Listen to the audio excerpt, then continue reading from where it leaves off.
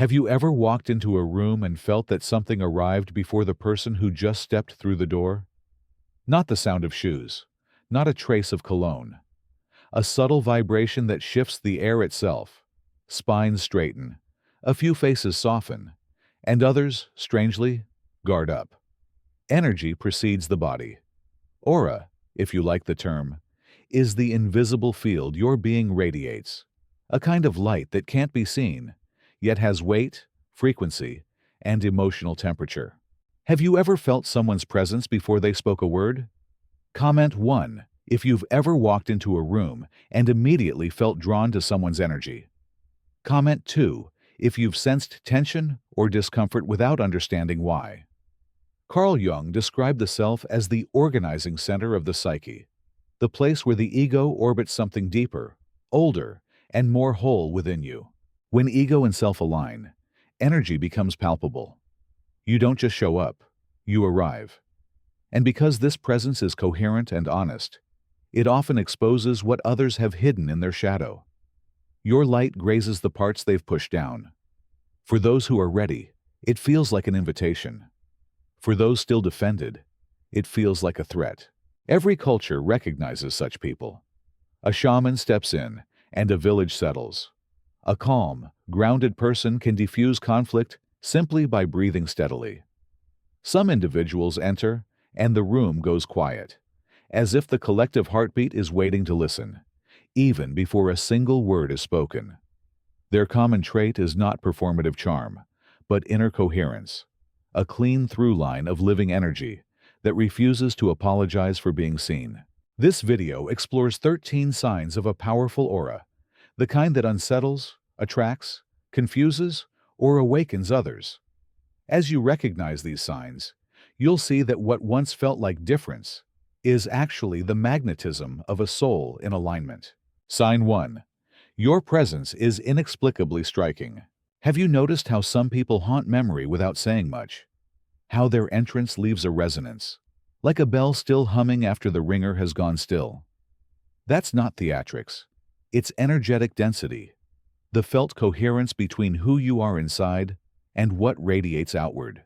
In Jungian terms, this happens when the ego stops posturing and begins orbiting the self, the deeper organizing center of your psyche. When the ego aligns with the self, your inner triad, thought, feeling, action, locks into phase. The result is a stable field signature, a steady frequency the nervous systems around you can read before language arrives. Jung would say the psyche precedes the body.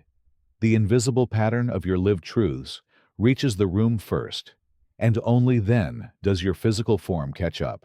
This is why authenticity is so memorable. The more your daily choices distill what you actually believe, the more concentrated your vibration becomes. People experience this as a paradox. You're quiet, yet unforgettable. Understated, yet impossible to ignore. You don't have to sell yourself because presence does the talking. It's like an invisible scent, a psychic fragrance that stirs dormant associations in others: hope, grief, longing, courage. Their reactions may range from fascination to resistance, not because you did anything big, but because your coherence touches material they haven't metabolized. Consider archetypal echoes. The person who stands calm during chaos can constellate the wise old man, woman archetype. The one who embodies playful audacity evokes the trickster. The fiercely nurturing presence conjures the great mother. These aren't mere roles. They're patterns from the collective unconscious that your field happens to light up. When an archetype is constellated, people feel it somatically. Spines straighten, eyes soften, rooms hush, without knowing why. If you sometimes feel out of place, that's part of the territory. Striking presence can violate the unspoken contract of smallness in many spaces. But it's not a flaw. It's the announcement that your individuation has begun to carry weight. Do you often feel out of place, or like your presence shifts the energy in a room? Comment 1 if you've ever felt like your presence invited curiosity. Comment 2 if it seemed to trigger discomfort or resistance. And this leads us to the next layer. Why your presence, without any effort to dominate, can still threaten or expand those around you. How your light touches their shadow and becomes a catalyst for truth. Sign 2. Others feel expanded or threatened around you. Your presence is a catalyst. It doesn't coerce or convince. It constellates.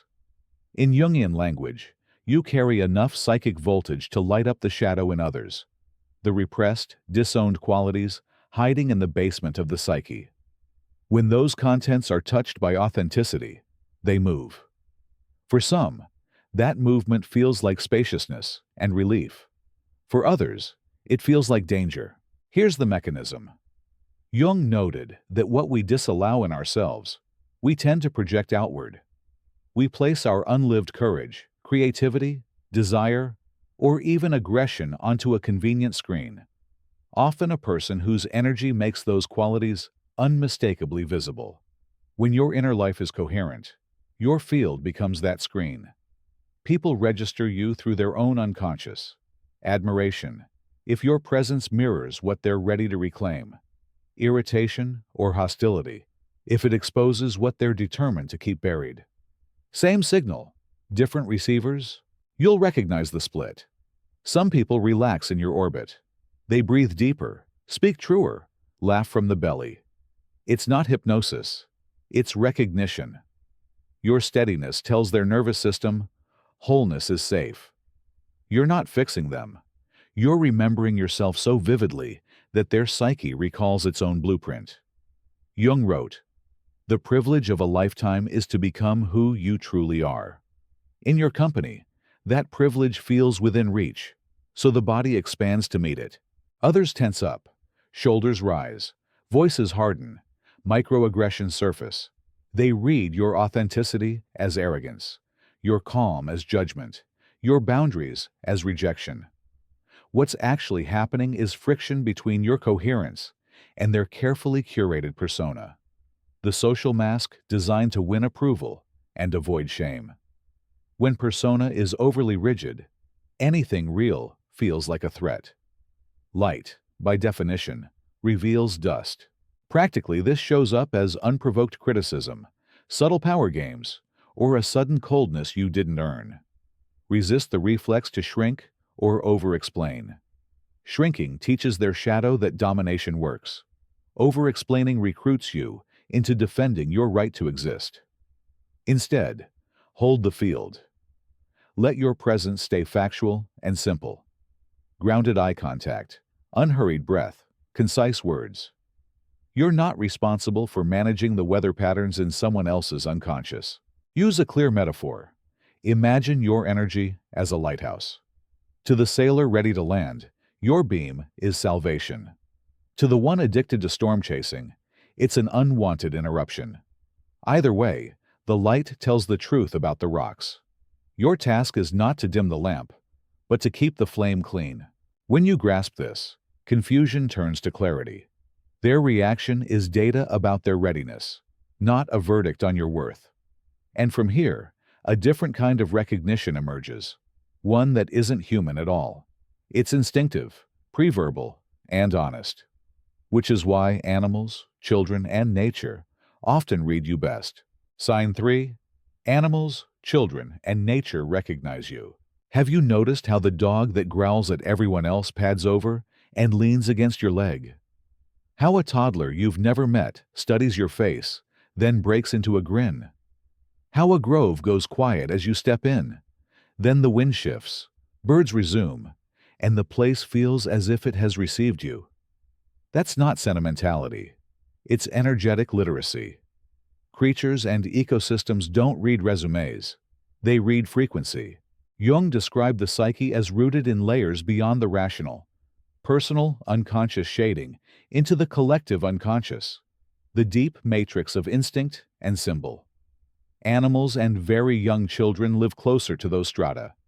Their perception isn't distorted by a thick persona. It's informed by sensation, rhythm, tone. When your field is coherent, when thought, feeling, and action accord with yourself, your presence broadcasts a stable signal. Nervous systems built to detect threat or safety pick it up instantly. trust blooms without negotiation. Conversely, unstable frequencies, when you smile while your gut says no, when your voice sugarcoats resentment, create disharmonic overtones. Animals hesitate. Children frown, go shy, or become strangely wild. The body of the forest, which is also a body, keeps its distance. Nature is exquisitely Jungian. It responds to the symbolic more than the declarative, to what is meant rather than what is said. Children register these patterns somatically. They mirror your breath rate, match your gaze, and pour out secrets not because you asked, but because your aura says, "No judgment here." In Jung's language, your field offers a temenos, a sacred container, where unconscious contents can surface without fear. This recognition isn't about being liked by animals as a party trick. It's evidence of alignment. The closer you move toward individuation, the more life forms, plant, child, creature, respond to the truth of your vibration. And here's the flip side. That same truth, when it brushes against human personas grown rigid, can trigger defensive postures.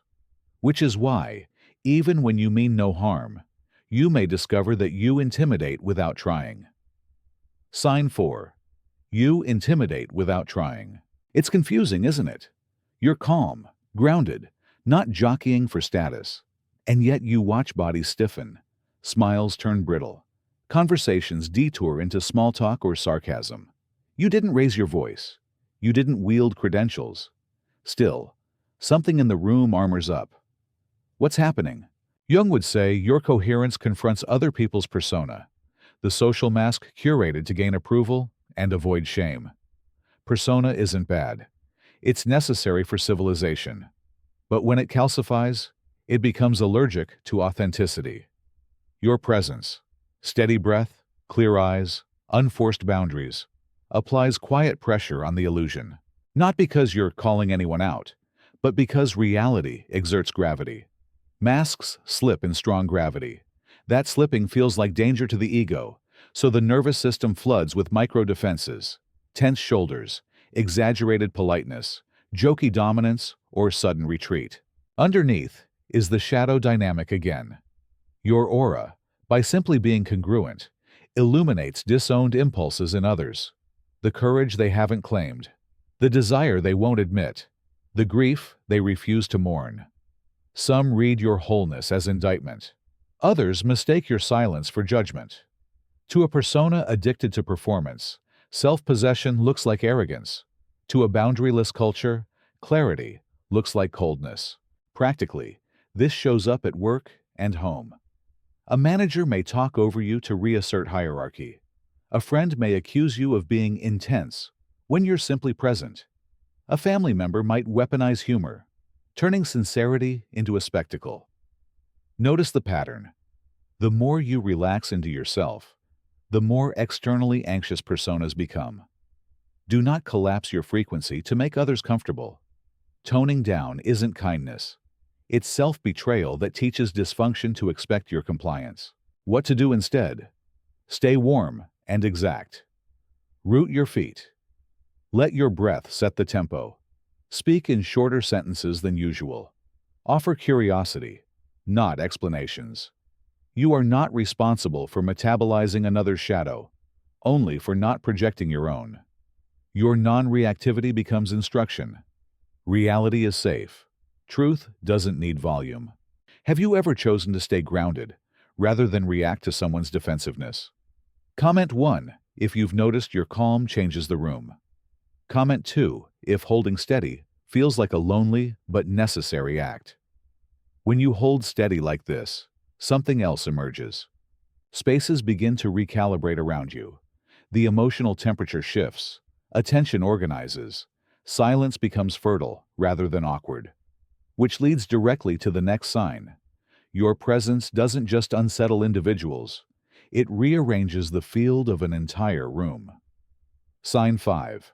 You shift the energy of a space. You walk in, and the room edits itself. Voices soften for a beat. Eyelines reroute. Someone who was fidgeting suddenly becomes still. It's subtle. No spectacle, no command. Yet the emotional temperature resets, as if an invisible hand adjusted the thermostat.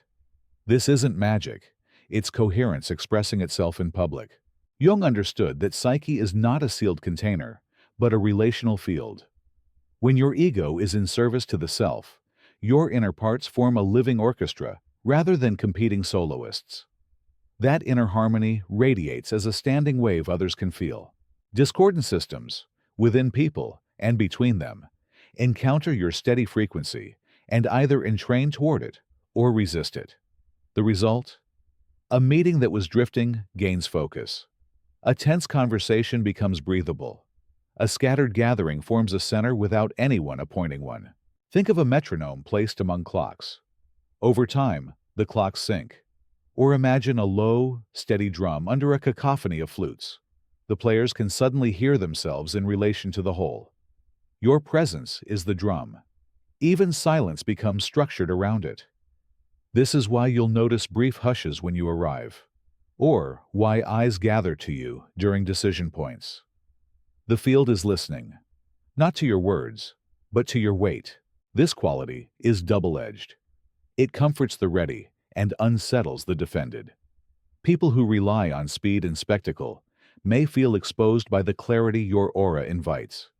They'll try to accelerate the tempo, crack jokes, or derail with trivia. Don't chase.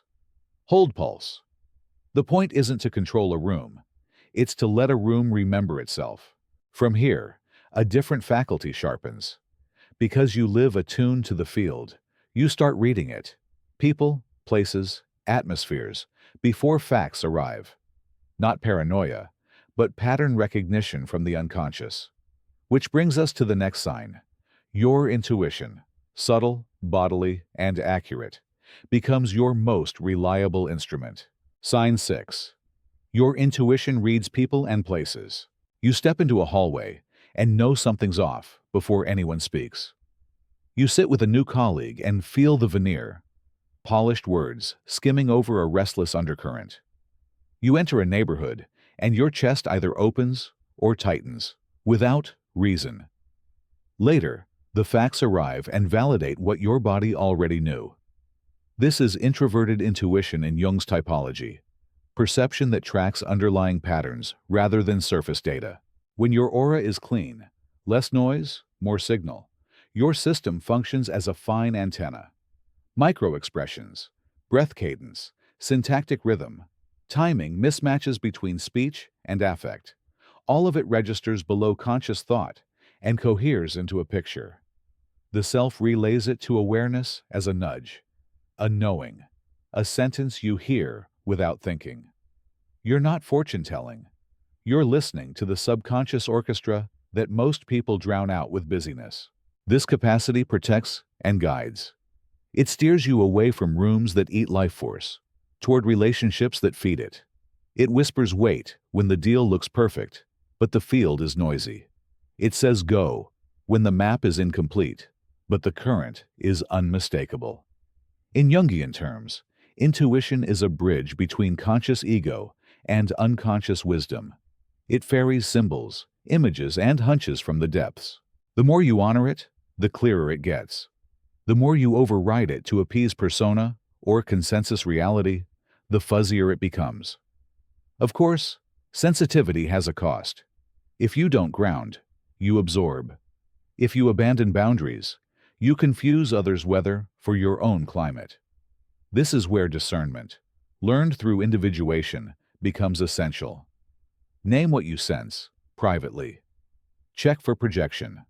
Act from clarity, not fear. Your intuition isn't there to make you superior. It's there to keep you aligned. And alignment has social consequences. Because you crave signal over noise, you'll find one particular genre of human exchange especially taxing: chatter that dodges presence. Which is why the next sign might already be familiar. You discover that small talk drains you. Sign 7. Small talk drains you. The moment the conversation slips into weather and traffic mode, your nervous system dims like a light on a dying battery. It isn't snobbery, it's biology. Your field orients to presence, to the meaningful exchange of signal, not the performative exchange of noise.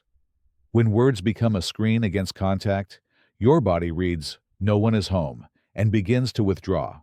Jung would locate the tension between persona and self. Small talk, at its healthiest, is a gentle bridge, an opening ritual that eases strangers toward connection.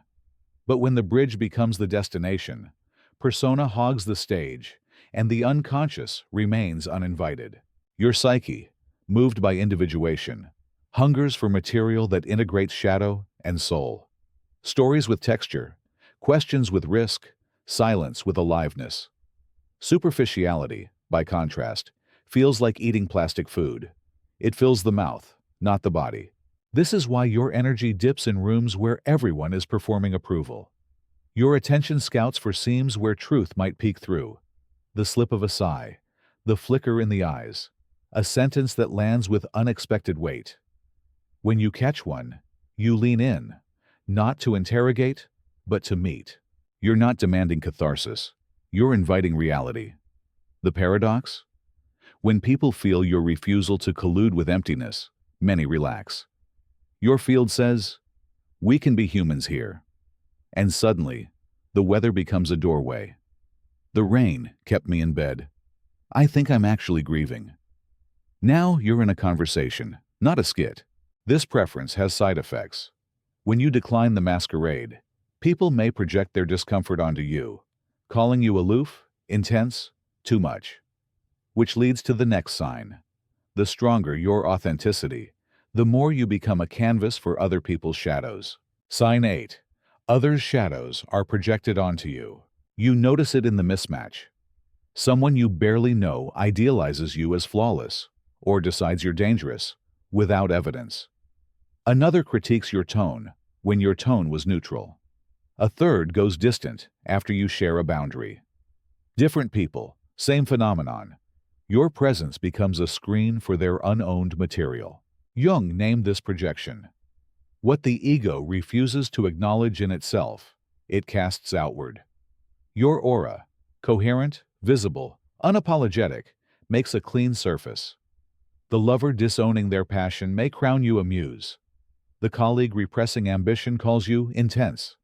The friend who can't meet their anger feels judged by your calm. None of these are really about you. They're messages from the projector's shadow scrawled across your image.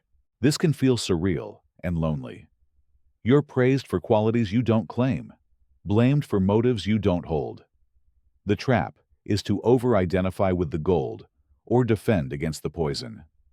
Jung advised a third way: disidentification coupled with empathy. Name the projection internally. This adoration isn't mine. This suspicion isn't mine. And return to center. Where appropriate, reflect gently.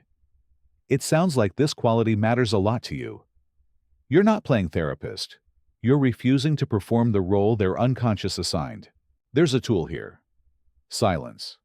Not the icy kind, but the grounded quiet that refuses bait. Paradoxically, your silence often communicates more than your arguments ever could. Which carries us into the next sign. Your silences start to speak louder than your words. Sign 9. Your silences speak louder than words. You find that stillness does the heavy lifting. In a meeting, you let a claim hang in the air and watch the room reevaluate itself. With a friend, you listen past the script until the real sentence arrives. In conflict, you stop chasing the last word and let your breath become the punctuation. This isn't passivity. It's held energy, conscious containment that concentrates influence. Jung wrote of the temenos, the sacred container where transformation happens. Your silence creates that container. It signals, we don't have to perform the ritual of noise. The nervous systems around you, tuned to your steadiness, dare to slow down. Truth approaches like a wild animal to an open palm. Because you do not flinch, because you do not sell certainty to escape discomfort, reality has room to land.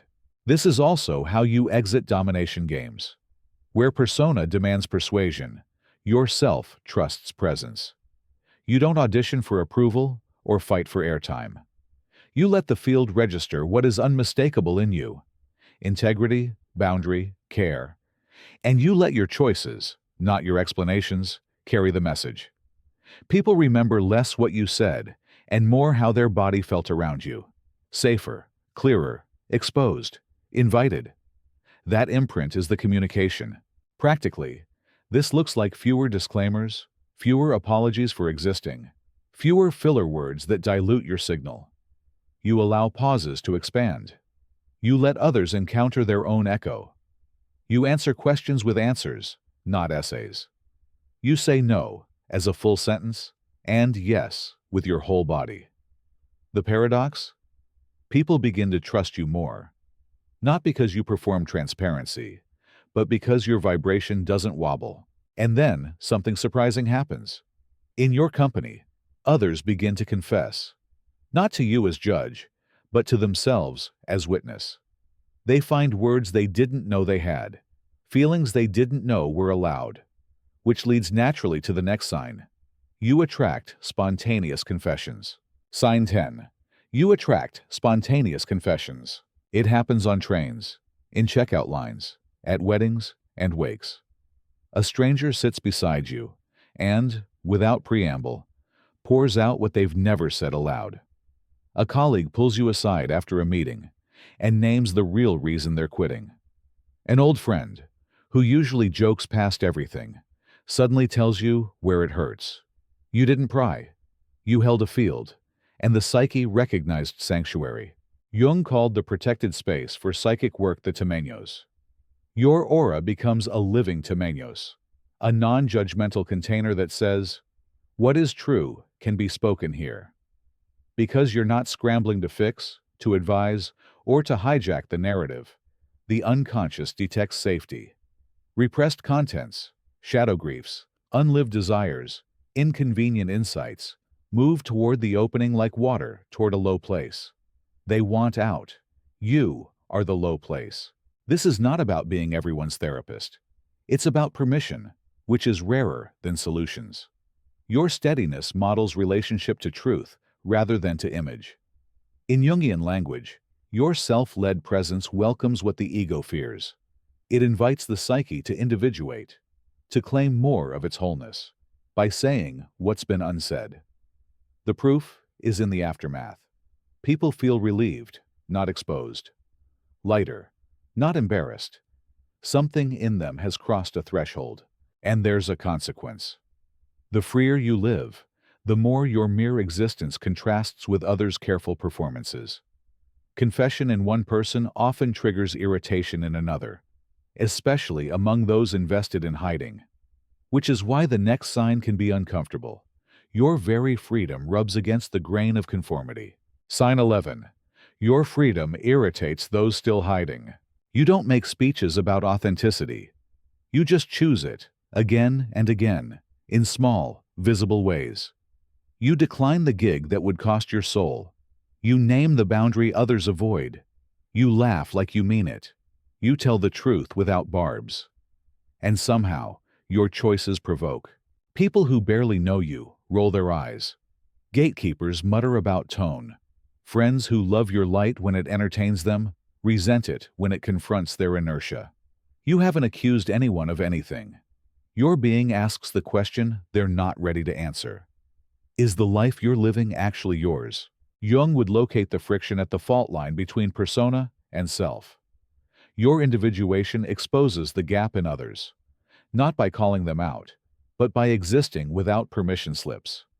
Systems built on conformity, families, offices, subcultures, depend on mutual masking. When one mask drops, the choreography wobbles.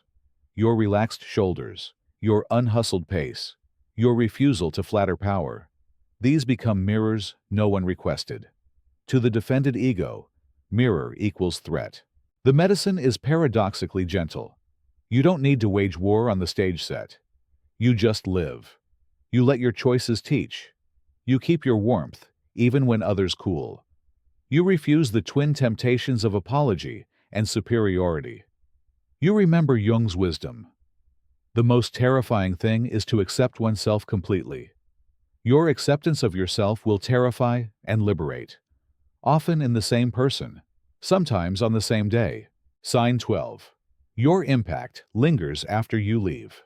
You exit the gathering and, hours later, receive a message. Something you said keeps echoing. Or nothing you said, only how you were.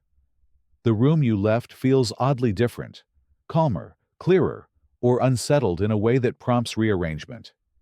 This is the sign of energetic imprint, what Jung might call the afterglow of a field that has touched the unconscious and left a symbolic residue. Physical absence does not erase psychic presence. Every meaningful encounter constellates images and effects in the other person's psyche. When you move through a space with coherence, you seed images from the collective unconscious.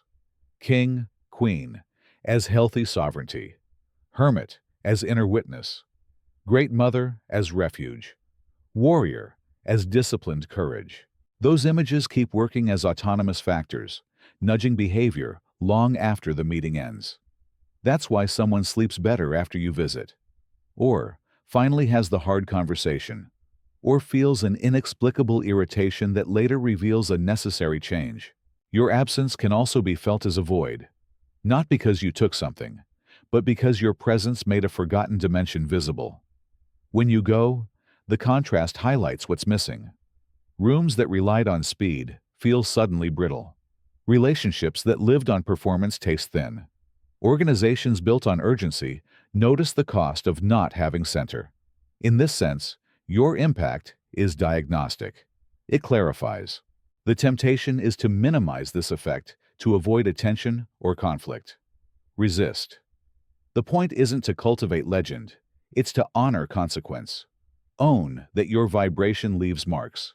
Steward that power by aligning motive and method. Choose kindness without people-pleasing, truth without theater, boundaries without disdain. Then, let the field do what it does. Transform on its own clock. Where does such weight come from? Not from charisma hacks or surface glow, but from the labor of inner integration. Which brings us to the core of it all. The strongest auras are forged, not gifted. Sign 13. Your aura is shaped by inner work. Behind the calm in your eyes live rooms you've cleaned by hand. You have sat with your shadow until it stopped being a monster and started being a teacher. You have survived initiations that felt like deaths, the job that ended the false self, the love that shattered your defenses, the solitude that stripped the noise. You did not bypass the underworld. You descended and returned bearing medicine. That is why your aura feels like truth rather than performance. In Jungian terms, this is the path of individuation, the gradual integration of opposites, persona with shadow, anima with animus, instinct with spirit. Each integration tightens the weave of your field.